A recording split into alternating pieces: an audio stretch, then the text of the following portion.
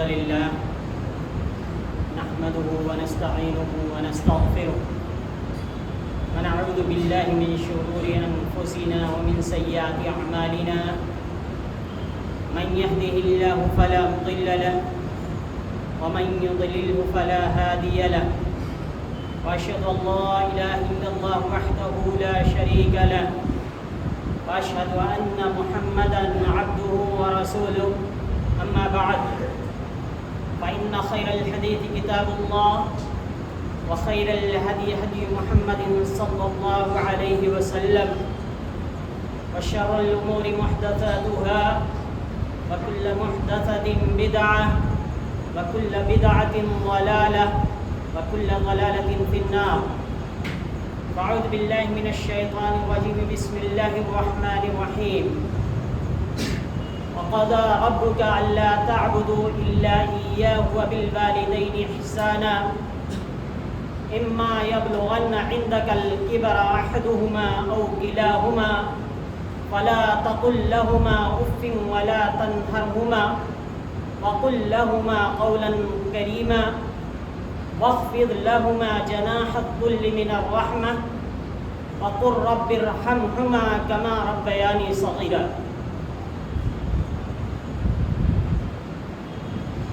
وقال النبي صلى الله عليه وسلم أكبر الكبائر أن يلعن الرجل والديه أو كما قال صلى الله عليه وسلم. حاضرین جمعہ، بزرگان دین، دینی ملی بھائیوں، ایک مخلوق ہونے کے ناطے ہم پر سب سے پہلی جو ذمہ داری عائد ہوتی ہے ہمارے رب کی کہ ہم اس کی عبادت کریں، کیونکہ وہ ہمارا حقیقی خالق، ہمارا پیدا کرنے والا، ہمیں وجود بخشنے والا، ہمیں روزی عطا کرنے والا، ہمارے ہر چیز کا دیکھنے والا ہے. وہی ہر چیز کا مالک ہے، وہی اس لائق ہے کہ اس کی عبادت کی جائے. اس کے سوا کوئی لائق عبادت نہیں ہے. لیکن رب اعلیٰ نے عبادت کا حکم کسی اور کا تو نہیں دیا، لیکن مخلوقات میں سے ایک مخلوق ایسی بھی ہے، ان ہستیوں میں سے، انسانوں میں سے ایک انسانی ذات ایسی بھی ہے، ایک مقدس ذات، ایک مقدس وجود، ایک قربانی جو سرتاپا قربانی ہے، جس کی زندگی ہی قربانی سے عبارت ہے. اس کی زندگی کا ہر لمحہ، اس کی زندگی کا ہر پل، اس کا ہر قدم، اس کی ہر سانس قربانی ہے. وہ قربانی، اسی قربانی کا نتیجہ ہے اللہ تبارک و تعالیٰ نے اس دنیا کے اندر مخلوقات میں اسے جو مقام عطا کیا وہ کسی کو بھی نہیں آتا ہے. اسی لیے اللہ تبارک و تعالیٰ نے اپنی عبادت کا جہاں پر حکم دیا، اپنی عبادت کے فوراً بعد حکم دیا کہ اپنے والدین کے ساتھ حسن سلوک کرو، اپنے والدہ کے ساتھ حسن سلوک کرو. اللہ تعالیٰ کا فرمان ہے وَقَضَى رَبُّكَ أَلَّا تَعْبُدُوا إِلَّا إِيَّاهُ وَبِالْوَالِدَيْنِ إِحْسَانًا. تمہارے رب کا فرمان ہے کہ تم اس کے سوا، اس رب کے سوا کسی اور کی عبادت مت کرنا، کسی اور کے سامنے اپنی پیشانی مت جھکانا، کسی اور کے سامنے سجدہ مت کرنا، کسی اور کے سامنے رکوع مت کرنا، کسی اور کو بڑا مت ماننا. اگر کوئی بڑا ہے، اگر کوئی عبادت کے لائق ہے، اگر کوئی سجدے کے لائق ہے، وہ خالق حقیقی ہے جس نے حقیقی معنوں میں ہمیں پیدا کیا. جب ہم کچھ نہیں تھے، انسان حقیر پانی کا قطرہ تھا، لیکن اس سے لوتھڑا بنایا، جمع ہوا خون بنایا. جمے ہوئے خون سے پھر اللہ تبارک و تعالیٰ نے گوشت میں بدل دیا. اس گوشت کو ہڈیاں پہنائی، چمڑے پہنائے اور اس میں روح پھونکنے کے لیے فرشتے بھیجے اور مکمل مجسم شکل میں پھر وہ وجود میں آتا ہے. وہ حقیقی خالق، اسی لیے وہ اس لائق ہے کہ اس کی عبادت کی جائے. اور پھر جس پیٹ کے اندر نطفہ پلتا ہے، یہ خون کا لوتھڑا بنتا ہے، جہاں پر جا کر کے یہ مضغہ بنتا ہے، اس کو گوشت بنایا جاتا ہے، اس میں ہڈیاں ڈالی جاتی ہیں، اس میں روح پھونکی جاتی ہے، چاہے وہ 6 مہینے کا وہ موقع ہو، چاہے 7 مہینے کا موقع ہو، یا 8 مہینے کا موقع ہو، یا 9 مہینے کا موقع ہو، یہ پوری مدت جس پیٹ کے اندر یہ تخلیق وجود پاتی ہے، اس ماں کے لیے اللہ تبارک و تعالیٰ نے کہا حسن سلوک کرو اپنی عبادت کے بعد۔ یہ عظمت کی اللہ تعالیٰ نے اپنی عبادت کے بعد والدین کے ساتھ حسن سلوک کا حکم دیا۔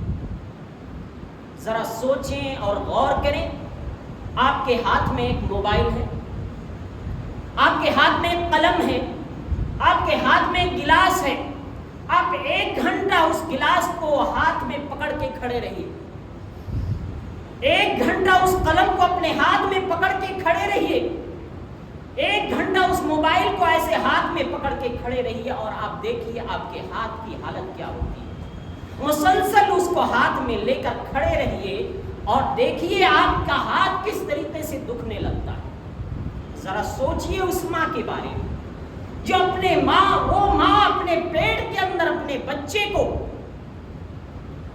نہ دن نہ رات،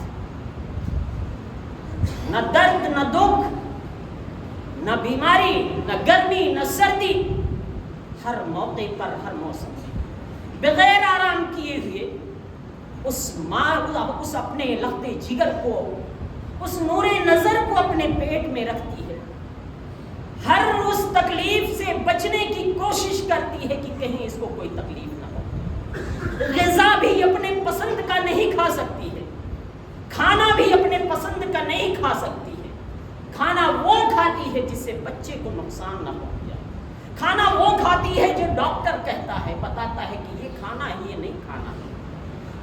ٹھنڈا کھاؤ گی تو نقصان پہنچے گا، زیادہ گرم کھاؤ گی تو نقصان پہنچے گا۔ ایک ماں بہت زیادہ تیکھا نہیں کھا سکتی ہے کہ کہیں اس کے لختے جگر کو نقصان نہ پہنچ جائے، وہ چٹپٹے کھانے نہیں کھا سکتی ہے کیونکہ اسے پرہیز کرنا ہے، اپنے لختے جگر کی پرورش کرنی ہے، اس کی پرداخت کرنی ہے۔ اور صرف پیٹ کے اندر نہیں، پیدا ہونے کے بعد ایک ماں جب خون جگر کو دودھ کی شکل میں اپنے بچوں کو پلاتی ہے، وہ دودھ پلاتے ہوئے بھی اسے پرہیز سے گزرنا پڑتا ہے، وہ اپنے مرضی سے نہیں کھا سکتی ہے، اس کا خیال رکھنا ہوتا ہے کہیں ایسا نہ ہو کہ میری غذا میں کوئی گڑبڑی ہو جس کی وجہ سے وہ دودھ میرے بچے کو جا کر کے نقصان پہنچا دے اور میرا بچہ تکلیف میں پڑ جائے۔ ذرا سوچئے آج کل کی مائیں مائیگرین، سر درد، اس طرح کی تکلیفوں سے پریشان رہتی ہیں۔ کیا ہم نے اور آپ نے کبھی غور کیا، سوچا کہ یہ درد اور تکلیف کیوں جھیلتی ہیں؟ ہمارے آرام کا وقت ہوتا ہے، ہمارے سونے کا وقت متعین ہوتا ہے، ہمارے کام کرنے کا وقت متعین ہوتا ہے، لیکن ایک ماں ہوتی ہے جس کے نہ تو سونے کا وقت متعین ہوتا ہے، نہ تو جاگنے کا وقت متعین ہوتا ہے، نہ تو کام کرنے کا وقت متعین ہوتا ہے۔ جب بچے نے رو دیا ماں اٹھ کر دودھ پلاتی ہے، رات ہو یا دن ہو، نیند آ رہی ہو، بیمار ہو، کسی بھی حالت میں ہو، اسے کوئی رخصت نہیں ہے۔ جب ہمارے تیوہار چلتے ہیں، ہماری عیدیں ہوتی ہیں، ہماری خوشیاں بڑھ جاتی ہیں اور ہم جشن منانے کی تیاری کر رہے ہوتے ہیں، ہم عید کی تیاریوں میں لگ جاتے ہیں اپنے کپڑے کے لیے، ایک ماں ہوتی ہے جس کی ڈیوٹی ہمارے ڈیوٹی کے مقابل میں ڈبل ہو جاتی ہے۔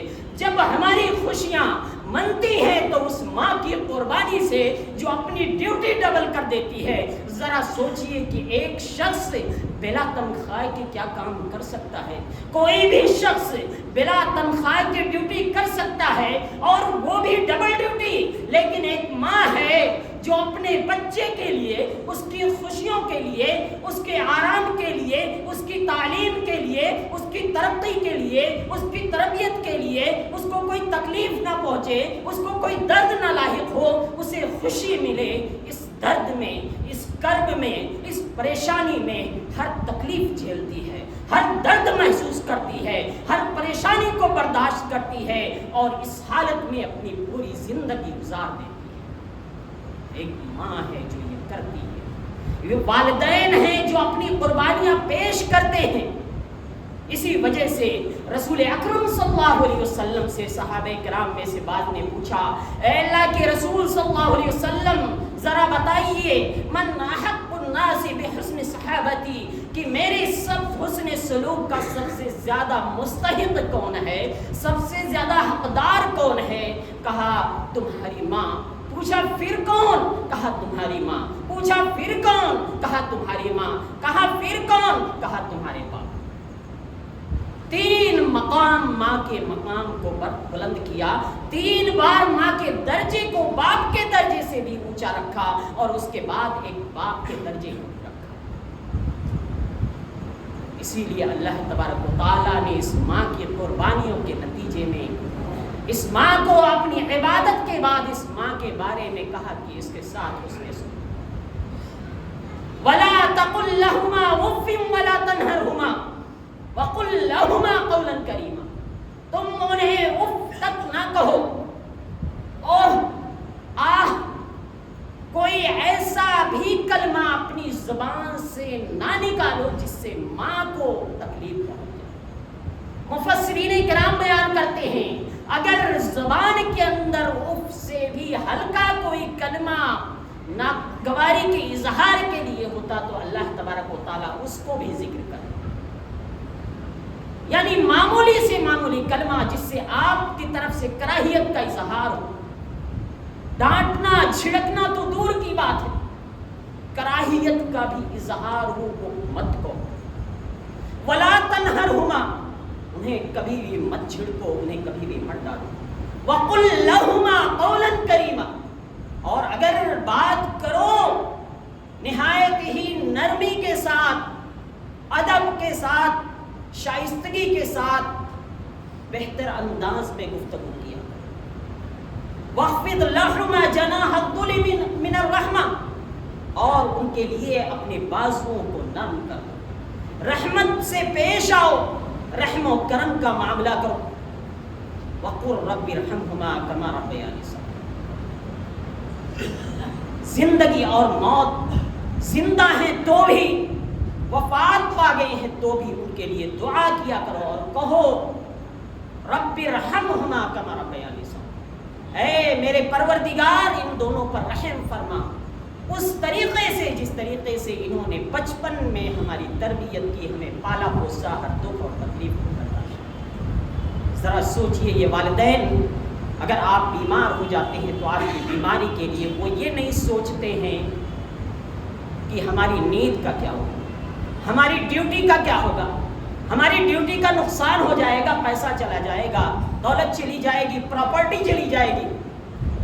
اگر انہیں اپنی کڈنی بھی بیچنی پڑتی ہے تو یہ والدین اپنی کڈنی بیچ کر بھی اپنے بچوں کا علاج کرتے ہیں. مال و دولت تو چھوڑیے، دنیا کی جائیداد چھوڑیے، اپنے جسم کے اعضاء تک فروخت کر دیتے ہیں یہ والدین اپنے بچوں کے علاج کے لیے، اپنے بچوں کی تربیت کے لیے، اپنے بچوں کی خوشی کے لیے. لیکن کیا وجہ ہے؟ ایک ماں، ایک باپ جو اپنے 10 اولاد کو پال سکتے ہیں، ایک ماں، ایک باپ جو اپنی اولاد کی پرورش و پرداخت ہر قدم کرتے ہیں. ایک بچہ معصوم سا ہوتا ہے، چھوٹا سا ہوتا ہے، ایک ہی بات کو لے کر کے 10 سوال کرتا ہے، ماں کبھی اف تک نہیں کہتی، باپ کبھی اف تک نہیں کرتا ہے، خوشی خوشی ہنس ہنس کے جواب دیتا ہے. اگر ہمارے سامنے ہمارے والدین کسی کلمے کو 1 بار 2 بار 3 بار دہرا دے تو ہم چڑ جاتے ہیں، ہماری آواز اونچی ہو جاتی ہے، ہمارا لہجہ بدل جاتا ہے، ہمارے طریقے بدل جاتے ہیں. ذرا سوچئے والدین کبھی ہم سے کسی چیز کا مطالبہ کر لیتے ہیں تو ہمارے پاس 1000 بہانے ہوتے ہیں، ہمارے پاس پیسہ نہیں ہے، آپ کیا کرو گے اتنی مہنگی چیز کا، آپ کیا کرو گے؟ ہمارے پاس ان کے لیے رہنے کی جگہ نہیں. وہ ماں باپ جو اپنے 5 6 10 بچوں کو پال سکتے ہیں، وہی 5 10 بچے، وہی 6 بچے، وہی 3 بچے مل کر کے بھی اپنے ماں اور باپ کی تربیت، اپنے ماں اور باپ کی دیکھ ریکھ نہیں کر سکتے. گھروں سے نکال دیتے ہیں، گالی گلوچ کرتے ہیں، مار پیٹ کرتے ہیں، کیا کیا نہیں کرتے ہیں اس معاشرے کے اندر. ہماری اخلاقیات اس قدر گر چکی ہیں، ہمارا ضمیر اس قدر مردہ ہو چکا ہے، ہماری تہذیب اس قدر مٹ چکی ہے.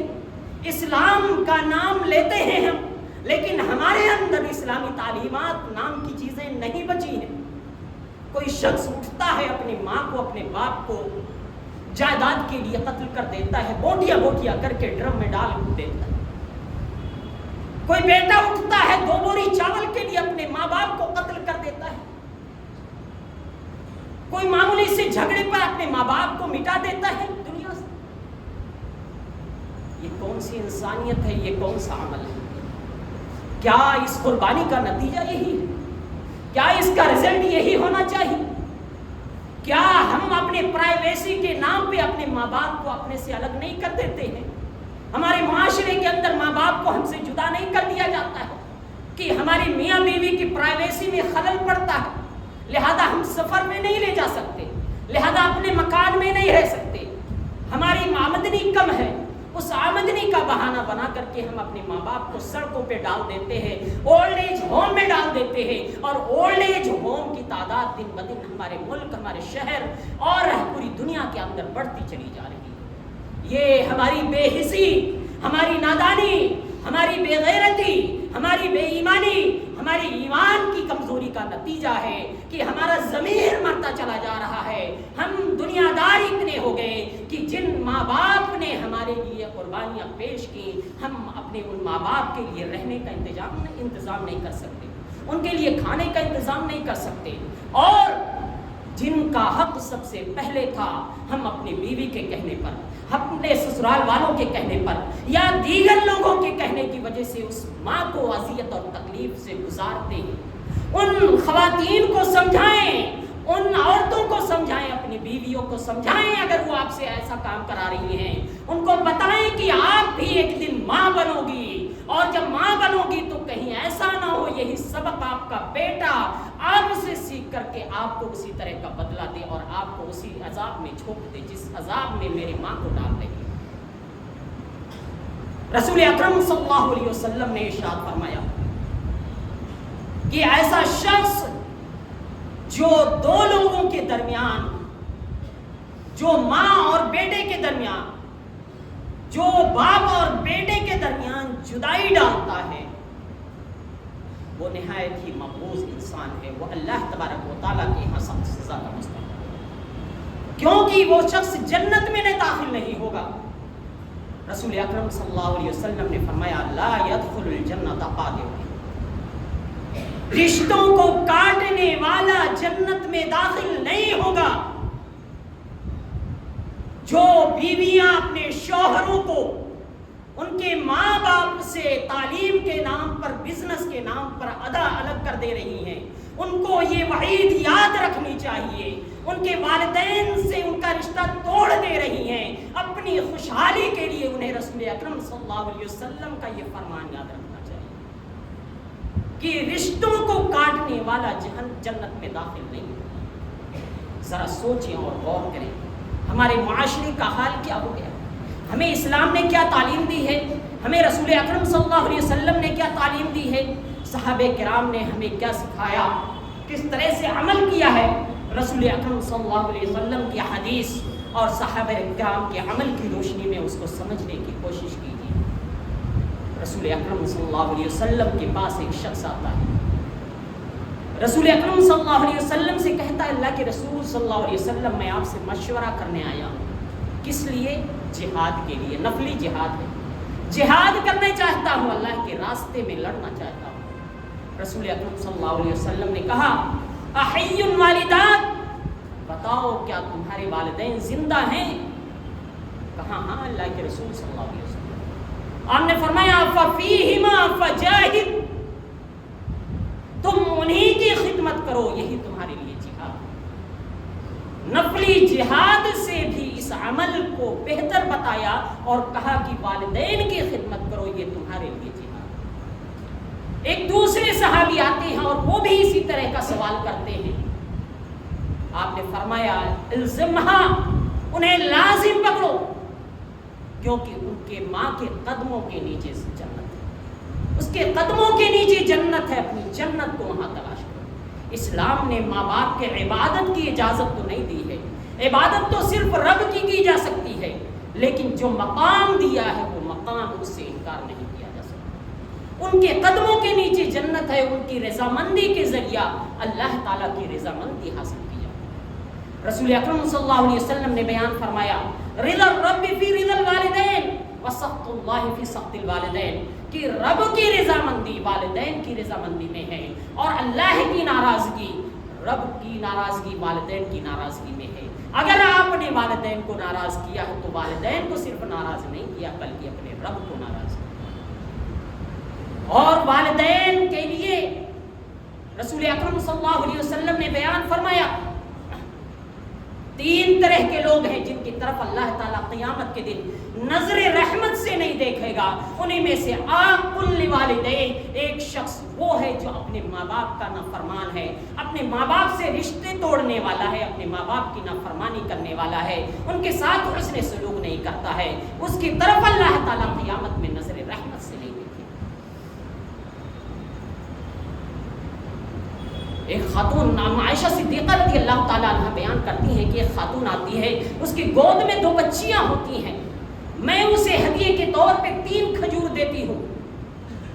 ایک مسکین خاتون ہوتی ہے، وہ اپنے دونوں کھجور اپنے دونوں بچیوں کو بانٹ دیتی ہے، تیسرے کھجور کو چیرتی ہے، چاہتی ہے کہ اپنے منہ میں ڈال دے، اتنے میں بچے مانگ پڑتے ہیں، اس تیسرے کھجور کو بھی 2 حصوں میں بانٹ کر کے دونوں بچیوں کو تقسیم کر دیتی ہے۔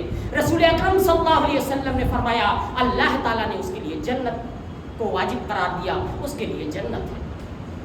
ایک ماں کی قربانی، اگر بیٹا بھوکا ہے، بیٹا پیاسا ہے، تو اب اس کے بھوک اور پیاس کے سامنے اپنے بھوک اور پیاس کو بھول جاتی ہے۔ لیکن ذرا سوچیں، اگر ہم اپنے والدین کی نافرمانی کرتے ہیں، ان کے ساتھ حسن سلوک نہیں کرتے ہیں، یاد رکھیے یہ ہماری بدنصیبی ہے، ہماری بدنصیبی ہے کہ اپنے والدین کو گالی دیں، برا بھلا کہیں۔ صحابہ کرام نے کہا، رسول اکرم صلی اللہ علیہ وسلم نے فرمایا کہ اکبر الکبائر ان یلعن الرجل والدیہ، کبیرہ گناہوں میں سے ہے کہ کوئی بھی شخص اپنے والدین پر لعنت بھیجے، کوئی بھی شخص اپنے والدین سے گالی گلوچ کرے، انہیں گالی دے۔ صحابہ کرام نے پوچھا، اللہ کے رسول صلی اللہ علیہ وسلم کیا ایسا بھی ہو سکتا ہے کوئی اپنے والدین کو گالی دے؟ کہا ہاں ہو سکتا ہے، کہ جیسے تم نے کسی کے والدین کو گالی دی، اس نے پلٹ کر تمہارے والدین کو گالی دی، چونکہ سبب تم بنے ہو اس گالی کا، کیونکہ تم نے دوسرے کے والدین کو گالی دی، اس نے پلٹ کر کے جواب میں تمہارے والدین کی گالی دی، سبب بنے ہو تم، ذریعہ تم بنے ہو، گویا کہ تم نے ہی لعنت بھیجی ہے، لہذا تم بھی اس لعنت کے مستحق ٹھہرو گے، اس پر اللہ تعالیٰ کی لعنت۔ آئیے میں آپ کے سامنے ذکر کرتا ہوں ایک والدین کا کیا مقام ہے، کتنی اہمیت ہے، کتنی عظیم بات ہے۔ ایک والدین کی دعا کو اللہ تبارک و تعالیٰ قبول فرماتا ہے۔ اگر والدین اپنے بچوں کے لیے دعا کرتے تو اللہ تعالیٰ ان کی دعا کو قبول فرماتا ہے۔ اس لیے والدین کو چاہیے کہ اپنے بچوں کے لیے بھلائی کی دعا کیا کرے، اور یاد رکھیے یہاں تک کہ اگر والدین نے اپنے بچوں کے لیے بد دعا کر دی تو وہ بد دعا بھی مقبول ہو جاتی ہے۔ جریج نام کے ایک عابد و زاہد شخص سے رسول اکرم صلی اللہ علیہ وسلم نے بیان فرمایا، عبادت میں لگے رہتے تھے، ہمیشہ عبادت میں رہتے تھے، اتفاق سے ان کی ماں ان سے ملنے کے لیے آتی ہیں اور جواب آواز دیتی ہیں کہ جریج تمہاری ماں تم سے ملنے کے لیے آئی، نماز میں ہوتے ہیں، کہتے ہیں میرے رب میں نماز میں ہوں، والدہ کی سنوں کوئی تیری سنوں، وہ والدہ کو جواب نہیں دیتے۔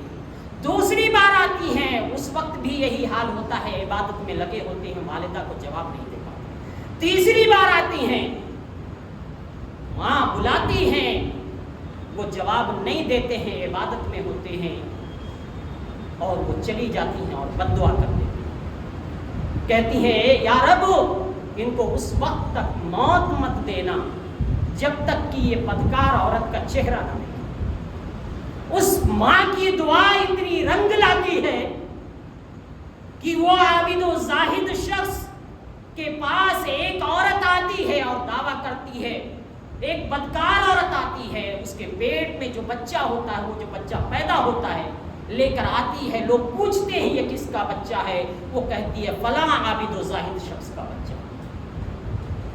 تمام لوگ آتے ہیں مل کر کے، ہتھوڑا، دال، ساری چیزیں لے کر کے اس کے گھر کو تہس نہس کر دیتے ہیں۔ بعد میں وہ عابد و زاہد شخص نکل کے آتے ہیں اور اللہ تعالیٰ سے دعا کرتے ہیں، اس بچے سے سوال کرتے ہیں بتاؤ تمہارا باپ کون ہے؟ اللہ تعالیٰ کی قدرت دیکھیے، ایک عابد و زاہد شخص تھے، اللہ تعالیٰ کو ان کی عبادت پسند آئی۔ جہاں ایک طرف ماں کی بد دعا کام آئی، وہیں پر ایک عابد و زاہد شخص کی دعا بھی کام آئی۔ اللہ تعالیٰ نے بتایا، اس بچے نے کہا کہ میرا باپ فلاں چرواہا ہے۔ لوگوں نے ان کے گھر کو پھر سے بنا دیا۔ اس حدیث کو رسول اکرم صلی اللہ علیہ وسلم نے پیش کیا اور یہ بتایا کہ ایک والدہ کی دعا کبھی بھی رد اور رائگاں نہیں جاتی ہے۔ اگر وہ بد دعا کر دے تو وہ تباہی آ کر رہتی ہے۔ محدثین کہتے ہیں اگر اس نے بدکاری کی بھی بد دعا کی ہوتی تو وہ اس میں بھی واقع ہو سکتی۔ ایک ماں کی خدمت، ایک ماں کے ساتھ بھلائی اور حسن سلوک کی عظیمت کا اندازہ لگائیے کہ اللہ تبارک و تعالی 7ویں آسمان سے ایسے شخص کی دعا کو قبول فرما لیتا ہے۔ 3 لوگ جو ایک مصیبت میں پھنس کر ایک غار کے اندر بند ہو گئے تھے، پتھر نے آ کر غار کی منہ کو بند کر دیا تھا اور ان کے لیے نکلنے کا کوئی راستہ نہیں تھا۔ ہر ایک نے اپنی نیکیاں بیان کرنی شروع کی۔ اسی میں ایک شخص ایسا بھی تھا جس نے کہا اے میرے رب، میں اپنی ماں کا خدمت گزار تھا، ان کی خدمت کیا کرتا تھا، واپس لوٹتا تھا کام کر کے تو ان کو دودھ دیا کرتا تھا، پینے کے لیے دودھ پلاتا تھا، کھانا دیتا تھا، لیکن ایک رات میں تاخیر سے پہنچا، والدین سو چکے تھے، دودھ لے کر حاضر ہوا کہ ان کو پلاؤں، بچے پیر کے پاس بلک رہے ہیں، والدین کو تکلیف دینا گوارا نہیں سمجھا، کہیں والدین کو ناگوار نہ گزر جائے، میں وہیں پر رہ گیا، بچے میرے قدموں میں بلک رہے ہیں، میں نے ان کو کھانا نہیں دیا، میں نے سوچا پہلے اپنے والدین کو کھلاؤں گا پلاؤں گا اس کے بعد۔ اسی حالت میں صبح ہو جاتی ہے، جب والدین صبح بیدار ہوتے ہیں میں ان کو کھلاتا ہوں۔ اگر یہ کام میں نے تیری رضامندی کے لیے کیا تھا، تیری رضا جوئی کے لیے کیا تھا، آج اس مصیبت سے تو نجات دے دے۔ اللہ کے حکم ہوتا ہے، اس غار کا منہ کھل جاتا ہے، وہ شخص باہر نکلتا ہے۔ ایک ماں کی خدمت، ایک ماں کے ساتھ حسن سلوک کا وسیلہ لے کر کے ایک شخص نے دعا کی تو اللہ تبارک و تعالیٰ نے اس کی دعا کو قبول کیا۔ ایک سنسان ایک آدمی سنسان جگہوں کا سفر کر رہا ہے، اس کے اوپر ایک بوجھ ہے، سانسیں پھول نہیں ہیں، بیابان ہے، وادی ہے، چلتا چلا جا رہا ہے، چلتا چلا جا رہا ہے، بال بکھرے ہوئے ہیں، چہرہ گرد آلود ہے، تکلیف سے کرا رہا ہے، تھک جاتا ہے، بوجھ کو اتارتا ہے، بیٹھ جاتا ہے، پھر تھوڑا آرام ملتا ہے، اٹھ کھڑا ہوتا ہے، بوجھ کو اٹھاتا ہے، لے کر چلنے لگتا ہے، چلتے چلتے حرم میں پہنچتا ہے۔ کیا آپ جانتے ہیں وہ بوجھ کیا ہے؟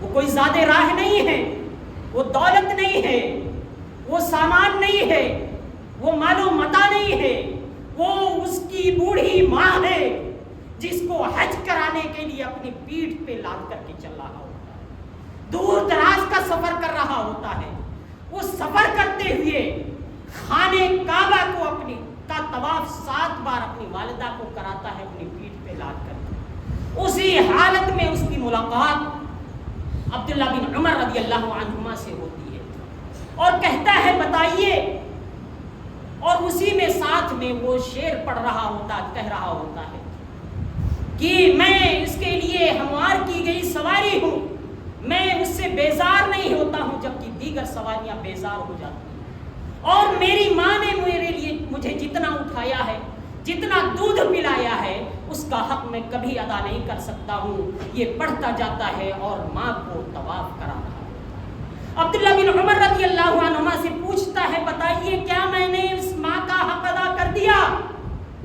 آپ نے فرمایا نہیں، اللہ کی قسم اس چیخ، اس درد، اس علم، اس کرب، اس تکلیف کا بھی حق ادا نہیں کر سکے جو درد زہ وہ برداشت کرتی ہے تمہاری ولادت کے وقت، جو اسے تکلیف ہوتی ہے اس تکلیف کا حق بھی اس کے ذریعہ تم ادا نہیں کر سکتے۔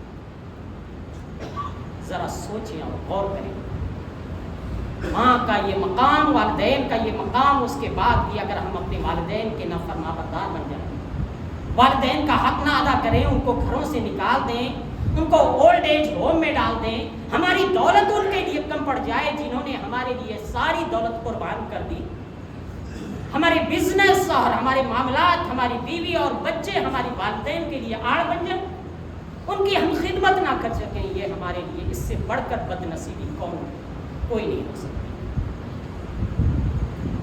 رسول اکرم صلی اللہ علیہ وسلم نے فرمایا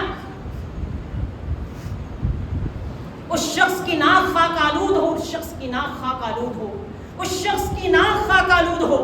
صحابہ کرام نے تعجب کے ساتھ پوچھا اللہ کے رسول صلی اللہ علیہ وسلم کون بدقسمت شخص ہے جس کی ناک خاک آلود ہو، جس کے بارے میں آپ یہ کہہ رہے ہیں؟ رسول اکرم صلی اللہ علیہ وسلم نے فرمایا کہ وہ شخص ہے جس نے اپنے والدین کو بڑھاپے کی حالت میں پایا اور ان کی خدمت کر کے اس نے جنت حاصل نہیں کر لی، جنت نہیں کر لی۔ لہذا میرے بھائیوں، میرے دوستوں، میری ماں اور بہنوں، بچوں، ہمیں اور آپ کو اپنے والدین کی خدمت کرنی چاہیے۔ جس طرح سے انہوں نے ہمارے لیے تکلیف جھیلی ہے، پریشانی اٹھائی ہیں، پریشانیاں برداشت کی ہیں، ہمیں ہر حال میں ان کی خدمت کرنی چاہیے اور ہماری زبان سے کوئی ایسا کلمہ نہیں نکلنا چاہیے جس سے ان کو تکلیف پہنچ سکے۔ ہاں، کسی اگر اللہ تعالیٰ کی نافرمانی کا حکم دے رہی ہوں تو ایسی صورت میں ہم اللہ کی نافرمانی تو نہیں کریں گے، لیکن پھر بھی ان کے ساتھ حسن سلوک کریں گے، ان کے ساتھ بھلائی سے پیش آئیں گے۔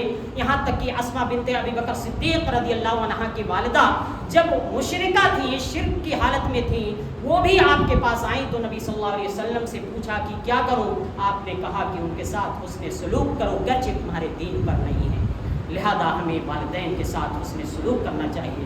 ہاں، جس میں رب کی نافرمانی ہے اس کی نافرمانی تو نہیں کریں گے، لیکن والدین کے ساتھ حسن سلوک کو کبھی نہیں ترک کریں گے۔ اللہ تعالیٰ سے دعا ہے کہ الہ العالمین تو ہم سب کو اپنے والدین کے ساتھ حسن سلوک کی توفیق عطا فرما۔